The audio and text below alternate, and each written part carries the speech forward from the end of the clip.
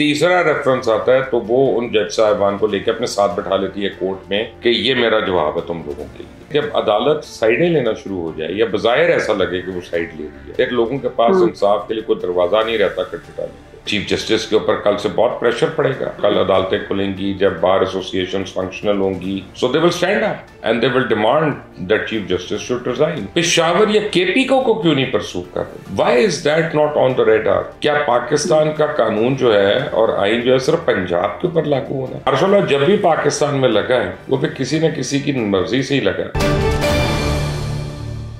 अस्सलाम वालेकुम नाज़रीन, आप देख रहे हैं मुबश्शिर लुकमान यूट्यूब चैनल। मैं हूं माहिश तबस्सुम। नाज़रीन, पाकिस्तान की सियासत में कुछ अरसे से ऐसा हो रहा है कि ऑडियोज़ और वीडियोज़ बहुत लीक हो रही हैं। ऑडियो वीडियोज़ लीक होती हैं लेकिन होता उसके बाद कुछ भी नहीं है। और अब जो ऑडियो लीक हुई है उसके बाद हैकर ये कह रहा है मुबश्शिर साहब के मज़ीद ऑडियोज़ भी आने वाली हैं, बड़ी खौफनाक किस्म की ऑडियोज़ होंगी। सर, ये किस किस्म की अब ऑडियोज़ आने वाली हैं और इनके आने से होगा क्या? पहले वाली ऑडियो से भी कुछ नहीं हुआ। देखें माविश, पहली बात तो यह है कि आपका मेरा किसी का कोई झगड़ा हो तो हमारे पास सिर्फ दो चीज़ें आती हैं करने को। एक तो यह है कि हम आपस में खूब लड़ाई करें, गुत्थम गुत्था हो जाए, और दूसरा यह है कि हम अदालत का दरवाज़ा खटखटाएं। यही तरीके है ना, दो और तो कोई तरीका नहीं है। अब जब अदालत में जाते हैं और कहते हैं कि जी फलां जज साहब के खिलाफ शिकायत आई है, या फलां वकील साहब के खिलाफ शिकायत आई है, या फलां वज़ीर आला के खिलाफ ये शिकायत आई है, तो ज़रा इनके ऊपर आप इंक्वायरी करें, रेफरेंस पेश कर दिया, ये कर दिया, और अदालत उसमें कुछ नहीं करती। फिर दूसरा रेफरेंस आता है, उसके ऊपर कुछ नहीं करती। फिर तीसरा रेफरेंस आता है तो वो उन जज साहिबान को लेकर अपने साथ बैठा लेती है कोर्ट में कि ये मेरा जवाब है तुम लोगों के लिए, तुमने इसके ऊपर इंक्वायरी करा दी थी ना। तो अब देखें, बात यह है कि जब अदालत साइडें लेना शुरू हो जाए या बज़ाहिर ऐसा लगे कि वो साइड ले रही है, तो बड़ी खौफनाक चीज़ हो जाती है। फिर लोगों के पास इंसाफ के लिए कोई दरवाज़ा नहीं रहता खटखटाने को। फिर लोग खुदा न खास्ता, यही होता है जो फेल्ड स्टेट्स होती हैं उनमें लोग कानून अपने हाथ में लेते हैं, क्योंकि जब उनको जस्टिस नहीं मिल रहा होता। आप फ्रांस देखें, जब रेवोल्यूशन आया था तो उसमें लोग खुद से मारते थे दूसरों को। जब तालिबान आए अब यानी अफगानिस्तान में गवर्नमेंट को ओवरथ्रो करके, तो बेसिकली जो तालिबान मूवमेंट थी वो लॉलेसनेस के खिलाफ थी, एक सोशल मूवमेंट थी। वहां से वो करते करते करते फिर इवेंचुअली एक रिलीजियस मूवमेंट में कन्वर्ट हो गई। But it started as a social movement, दो लड़कियों के रेप के ऊपर पूरी तालिबान मूवमेंट क्रिएट हुई थी, क्योंकि हर घर में कोई ना कोई विक्टिम था, किसी के घर में कुछ हुआ था तो वो सारे आके मुल्ला उमर को मिलना शुरू हो गए कि जी हमारे घर में भी इंसाफ दिलाए, हमारे घर में भी इंसाफ दिलाए। So that is how the whole force was created, जो बाद में we know them as Taliban. तो अब यहाँ पे देखें ये सब कुछ हो रहा है। तो जब वो सब कुछ आपने स्टेगनेंट कर दिया, पानी को चलने नहीं दिया, तो चीफ जस्टिस की ऑडियो आ गई, उनके अपने घर की आ गई, उनकी सास की आ गई, और वो ख्वाजा तारिक रहीम फॉर्मर गवर्नर हैं, उनकी बेगम साहिबा के साथ आ गई। अब ये चीफ जस्टिस के ऊपर कल से बहुत प्रेशर पड़ेगा। मैं आपको बता रहा हूँ, जब कल अदालतें खुलेंगी, जब बार एसोसिएशन फंक्शनल होंगी, कल जब ये सब दफ्तर चलेंगे और पॉलिटिकल पार्टीज जो हैं वो पिछले 2 दिन में अपने लाएअमल तैयार कर रही होंगी, so they will stand up and they will demand that chief justice should resign. क्योंकि अब वो साबित ये करेंगे, यानी एविडेंस तो नहीं है लेकिन एक सर्कमस्टांशियल एविडेंस है कि जी आप जो है ना इस पे कॉम्प्रोमाइज है, वो ये कहेंगे, मुझे पता है वो ये कहेंगे। तो इसका मतलब ये है कि जो मज़ीद ऑडियो वीडियोज़ आ सकती हैं वो भी फिर इन्हीं लोगों से मुतल्लिक हो सकते हैं, क्योंकि आपकी, मेरी, तलाल चौधरी की या दानियाल अजीज़ की या आयला मलिक की ऑडियोज़ का, वीडियोज़ का हमें तो कोई फ़र्क नहीं पड़ा। ठीक है ना, तो वो अब फिर बड़ों का ही पड़ेगा ना, जिन्होंने इंसाफ देना था उन ऑडियोज़ के बाद जो पहली लीक हुई और नहीं दिया, तो फिर वही अब फायरिंग रेंज में आएंगे ना, और कौन आएंगे? सर, ट्विटर पर भी 2 दिन से सास और ससुराल जो है वो ट्रेंडिंग पर है। आपको लगता है ससुराल जो है वो मुल्क के बड़े फैसलों पर असरअंदाज हो सकता है? मैं तो कन्विंस्ड हूँ कि ससुराल बड़ा अहम होती है। मेरी ससुराल अहम है तो बाकियों की क्यों नहीं होगी यार? तो ये क्या बात है, हम सबको पता। अपने ऊपर रख के बता रहे हैं। देखें, बात यह है कि मेरी तो पूरी ससुराल जो है ना वो आपको बताएगी कि मैं बड़ा बीपा बच्चा हूँ। मैं आपको फैक्ट बताता हूँ, ऑनेस्टली बताता हूँ। आप मेरी ससुराल में किसी से पूछ ले, वो they will stand by me and they have stood by me. ऐसी बात नहीं। ऑन अ सीरियस नोट, जब मेरा इतना बड़ा केस हुआ था, मेरा बुखारी का, मलिक रियाज का, तो everybody, my family, my in law, everybody stood by me, my friends, अल्हम्दुलिल्लाह उनको पता था कि यार ये गलत नहीं करेगा। तो बड़ा फर्क होता है महावेश, अगर आपके घर के अंदर रोज आपको बिकरिंग हो ना कि नहीं ये करना, ये करना, ये करना, ये करना है, तो आप कन्विंस्ड होते हैं, फिर आपके लिए वो माइंड बन जाता है। सो मैं समझता हूँ चीफ जस्टिस साहब को तो केसेस ही नहीं सुनने चाहिए ये वाले, उनको तो कह देना चाहिए नॉट बिफोर मी, क्योंकि वैसे ही उन्होंने इतना एक इलस्ट्रियस करियर गुजारा है। तो अब रिटायरमेंट से चंद महीने पहले he doesn't need this kind of thing going against him. तो मेरा ख्याल है कि वो अगर खुद से बाइज्जत तौर पे इसे रिक्लूज कर लेते तो बहुत बेहतर होता। सर 27 अप्रैल को इलेक्शन केस की समाअत भी होनी है, 2 दिन रह गए हैं। मौलाना अभी भी जिद हैं कि वो खान साहब से बात नहीं करेंगे।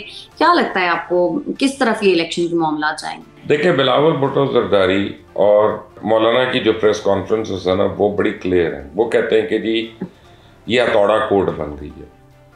वो कहते हैं जी पंचायती फैसले हो रहे हैं कि जी सारे मिल लो, मुज़ाकरात कर लो, 4 बजे तक आ जाओ मेरे पास, मुझे बता दो वरना मैं मारूंगा तुम्हें, यू नो।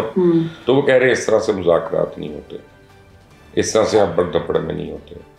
सो 27 को वो जाएंगे और कहेंगे हमें टाइम चाहिए, ठीक है ना। अच्छा। हम एक दूसरे को, और लगता है कि अदालत मानेगी या नहीं मानेगी, आइदर वे ये 12 मई या 14 मई जो भी डेट है ना इलेक्शंस की महाविश, ये अब तो कितनी इररिलेवेंट लगना शुरू हो गई है, क्योंकि इतनी जल्दी तो बैलेट पेपर्स नहीं प्रिंट हो सकते, सिक्योरिटी नहीं डिटेल हो सकती, ड्यूटीज नहीं लग सकती, आरओज नहीं ट्रेन हो सकते।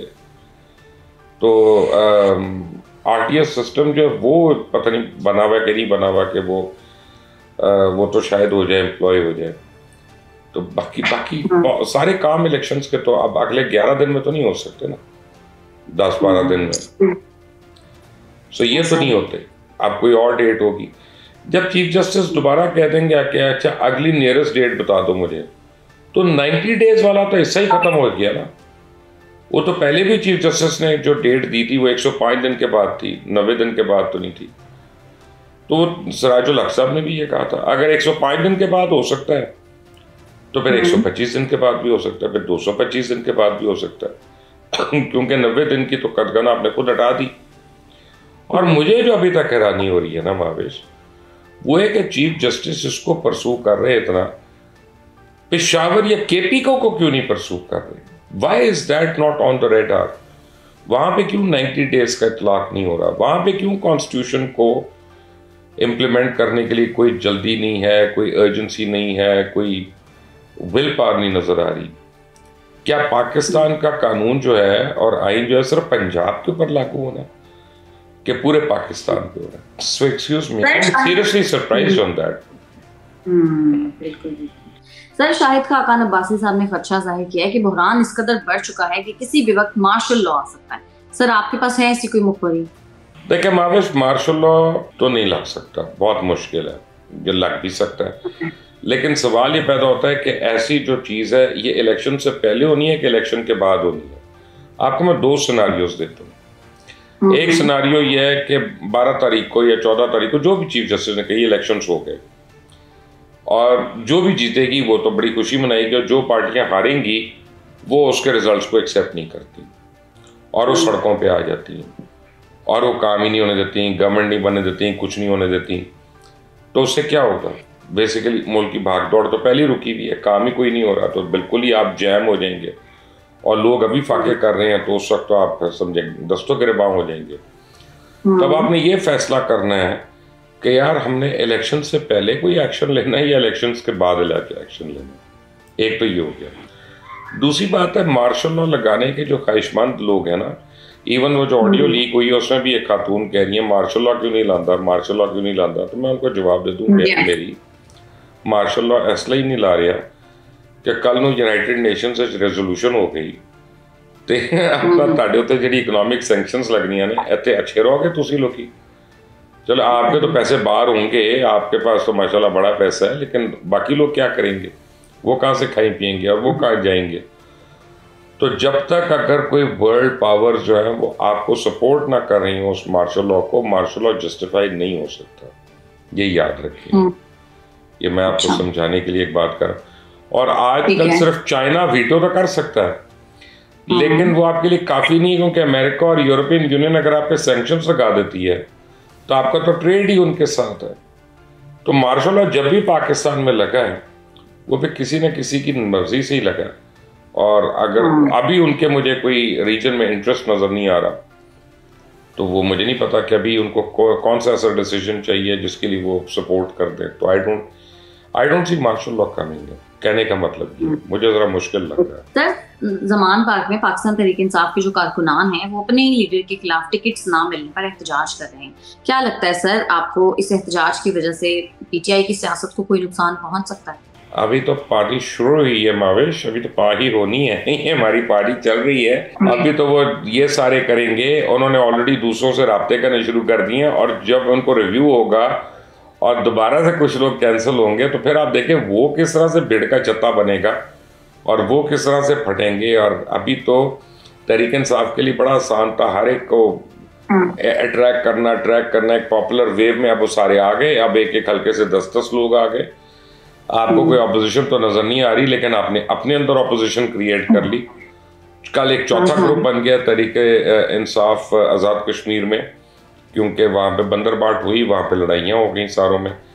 अब आप देखिएगा कि पाकिस्तान में इनको कितने प्रॉब्लम्स होते हैं। ये तो आज़ाद कश्मीर की बात कर रहा हूँ, अब यहाँ पे भी ये प्रॉब्लम्स होंगी, धड़े बनेंगे, लोग टूटेंगे, ग्रुप्स बनेंगे, प्रेशर ग्रुप्स अलग होंगे, और काफी अभी तो गन मचना है। सर, मंजूर हसन साहब कहते हैं कि खान साहब गलती करते रहेंगे और इसी तरह इलेक्शंस अक्टूबर में नहीं होंगे। आप तो हमेशा ये बात करते हैं, लेकिन अब मंजूर हसन साहब भी कह रहे हैं, तो सर कहीं हुकूमत अभी से जहन साजी तो नहीं कर रही कि इलेक्शंस नहीं करने? नहीं, एक रियलिटी चेक है इमरान खान के लिए कि जो हरकतें वो कर रहा है वो एक सेंसिबल आदमी की नहीं है। अब देखें, कल एक बयान दे दिया बैठे बैठे कि जी जल बाजवा ने मेरे से असेंबलियाँ तोड़वाई थी। असेंबलियाँ कब तोड़ी आपने? उससे पहले 8 महीने आप जन बाजवा को क्या कुछ कहते रहे, जानवर तक आपने कह दिया, मीर जाफर कह दिया, मीर सादिक कह दिया, फिर आपने ये भी कह दिया कि न्यूट्रल नहीं होना चाहिए, ये वो ब्ला जो आप कह सकते थे आपने कह दिया कि हमारे खिलाफ साजिश मुलव्वस और ये वो। और अब आप कह रहे हैं कि मैंने उसके कहने पे असेंबली तोड़ दी। यानी आपकी लीडरी कहाँ गई और आपकी जमहूरियत कहाँ गई और आपकी दुश्मनी कहाँ गई भाई, जिसके ये आप वो कर रहे थे, फिर आपने उसी के कहने पे ये कर दिया। तो अपनी अकल का अंदाज़ा लगाए ना। आप सिर्फ इमरान खान एक ही काम में उनको ब्लेम कर सकते हैं कि जी जो मैं दवाइयाँ लेता हूँ ना वो भी मुझे जल बाजवा नहीं दिलवाई थी, तो अब वही मेरा मुकद्दर बन गई। तो मंजूर हुसैन साहब एक सिर्फ रियलिटी चेक दे रही है इमरान खान को, नथिंग एल्स, कि भाई इस तरह के हालात रहेंगे तो कैसे होगा, बताए मुझे। सर, इसहाक डार साहब ने खुशखबरी सुना दी है कि सऊदी अरब ने भी आईएमएफ को फाइनेंसिंग से आगाह कर दिया है, तो सर अब भी कोई रुकावट है आईएमएफ के साथ डील में? सबसे बड़ी जो आईएमएफ के साथ रुकावट है ना माविश, वो 2 चीजें, एक इसहाक डार और एक इमरान खान। इमरान खान ने जो आईएमएफ के साथ मुआहिदा किया था, एज गवर्नमेंट ऑफ पाकिस्तान जो मुआहिदा किया था, उसने ना सिर्फ उसको वायलेट किया बल्कि उसके बिल्कुल ऑपोजिट आके स्टेप्स यहाँ पे इम्प्लीमेंट किए। कि उन्होंने कहा था और आपने एग्री किया कि हम 30 रुपये पेट्रोल महंगा कर रहे हैं और फिर आपने 10 रुपये पेट्रोल सस्ता कर दिया। सो एक तो वो बड़ा ही नॉन आपने सीरियस एलिमेंट के दुनिया आपको सीरियस ली ना। हुकूमत पाकिस्तान भी बात करके अगर उसे फिर रही है, सॉवरेन गारंटीज दे के अगर फिर रही है उससे, तो फिर वो आपकी बात का कौन एतबार करेगा। दूसरी बात है, इसहाक डार साहब ने जो लफ्जी तड़ियाँ दी थी आईएमएफ को कि मैं आईएमएफ को देख लूँगा, मुझे आईएमएफ से डील करना आता है, ये वो, और वो जो आंखें दिखाई थी उनको, उन्होंने वापस हमें आंखें भी दिखा दी हैं, अंगूठे भी दिखा दिए हैं और थोड़ियाँ भी दिखा दी हैं, सब कुछ दिखा दिया उन्होंने, क्या वो कर लो जो करना है। तो अब यह है कि होपफुली उनको भी समझ आ गई कि यार 2 लोगों के ईगोस की सज़ा पूरी कौम को नहीं मिल सकती। तो उम्मीद तो है कि इंशाल्लाह ये हो जाएगा, लेकिन we have paid a very heavy price for that in the process. महंगाई तो अगर हुकूमत सही हो ना तो माविश अभी भी काफ़ी कम हो सकती है, ऐसी बात नहीं है। देखिए मैं आपको बताता हूँ कि लाहौर में 14 मंडियाँ हैं और 14 मंडियों में टमाटर का रेट डिफरेंट है। एक फल वाला है वो 700 रुपये का तरबूज लेके आता है, बेच वो 1000 रुपये का है अपनी मर्जी से। कोई प्राइस कंट्रोल ही नहीं है यहाँ पे, कोई मैकेनिज्म नहीं है कि आप चेक करें कि कौन सी दुकान गोश्त कितने का दे रही है, कौन क्या कर रहा है, कौन महंगा सस्ता कितने का बेच रहा है। तो वो तो गवर्नमेंट अगर साथ सख्ती करे और अक्लमंदी करे तो कुछ परसेंट महंगाई तो आज भी कम हो सकती है और बाकी इससे भी कम होगी, लेकिन सबसे ज़्यादा महंगाई कम होगी कि जब हमारी दरामदात कम होंगी और बरामदात बढ़ेंगी और हम अपनी एक्सपोर्ट्स बढ़ाएं और अपनी इंपोर्ट्स को ज़रा कर्टेल करें। और सबसे बढ़कर यह है कि हुकूमत के जो खर्चे और शाह खर्ची हैं उनको हम कट डाउन करें। वो हम करते नहीं हैं, लोगों के ऊपर हम बोझ डालते रहते हैं। तो मैं तो इस महंगाई में, आप इकॉनमी को एक तरफ छोड़ दें, इस हुकूमत की जो मिस मैनेजमेंट है मैं उसको नंबर 1 रीज़न कहूँगा। ठीक है मुबश्शिर साहब, बहुत शुक्रिया आपका आज के प्रोग्राम के लिए। नाज़रीन, आज के प्रोग्राम से इतना ही। अगर आपको हमारी वीडियो पसंद आती है तो चैनल को कर दें लाइक, सब्सक्राइब और शेयर, और अपनी कीमती राय से हमें ज़रूर आगाह कीजिएगा। हमें इजाज़त दें।